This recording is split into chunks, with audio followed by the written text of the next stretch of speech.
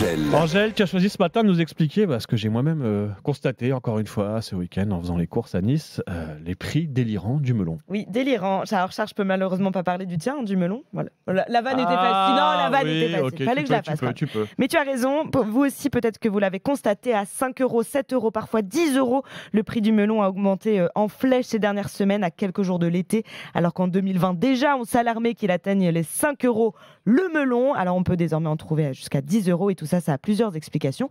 L'Espagne d'abord. T'as changé, Lucas. Le melon. Ah, c'est vrai qu'il a pris le melon. Les melons, nous on aime les melons. En Espagne, il a énormément plu au mois d'avril, mois où notamment les abeilles pollinisent les fleurs de melon. Car Charles, je ne sais pas si tu le savais, moi je ne savais pas, mais il faut en moyenne 5 semaines pour produire un melon. Or là, la récolte, vous l'aurez compris, a été plus que difficile. Mais ne remettons pas toute la faute sur l'Espagne non plus, car il a aussi beaucoup plu au Maroc, l'un des autres gros pays importateurs.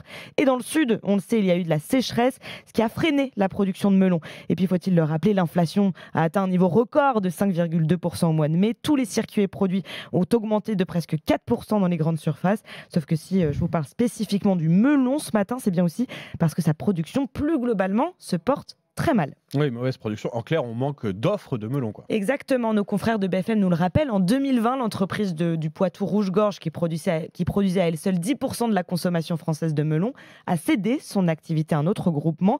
Le numéro 1 du secteur, ensuite, qui s'appelait Soldiv, a lui aussi presque abandonné totalement la production de melon. Pareil pour un autre groupe, les Vergers du Sud, qui a divisé par 5 le nombre d'hectares cultivés en melon.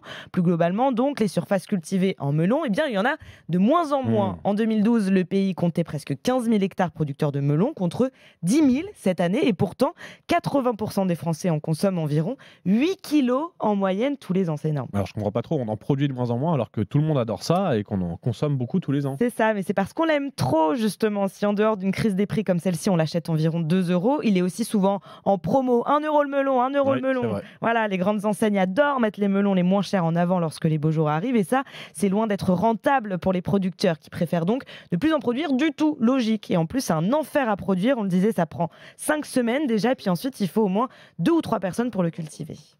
Oui, et puis, est-ce qu'on peut quand même trouver du melon pas trop cher cet été là? Parce Alors que rassurez-vous, l'enjeu, là. les Tu prix... nous parles de melon à 8 vrai. €, mais c'est pas possible. C'est impossible. Mais les prix devraient baisser d'ici quelques jours pour vos entrées ou vos desserts. Donc soyez encore juste un tout petit peu patient.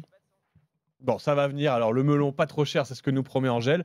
Et puis un jour, tu nous expliqueras comment bien choisir son melon. Parce que ça, je crois sais pas faire. chacun a sa technique. Je suis nulle, moi. Ah ouais, je vois à chaque fois des experts dans les étals du marché ou dans les hypermarchés. Oui, chacun a sa technique et est persuadé que c'est la bonne. Ce sera l'objet d'autres débats cet été. Évidemment, comment bien choisir son melon. Vaste question qui anime souvent les repas à table.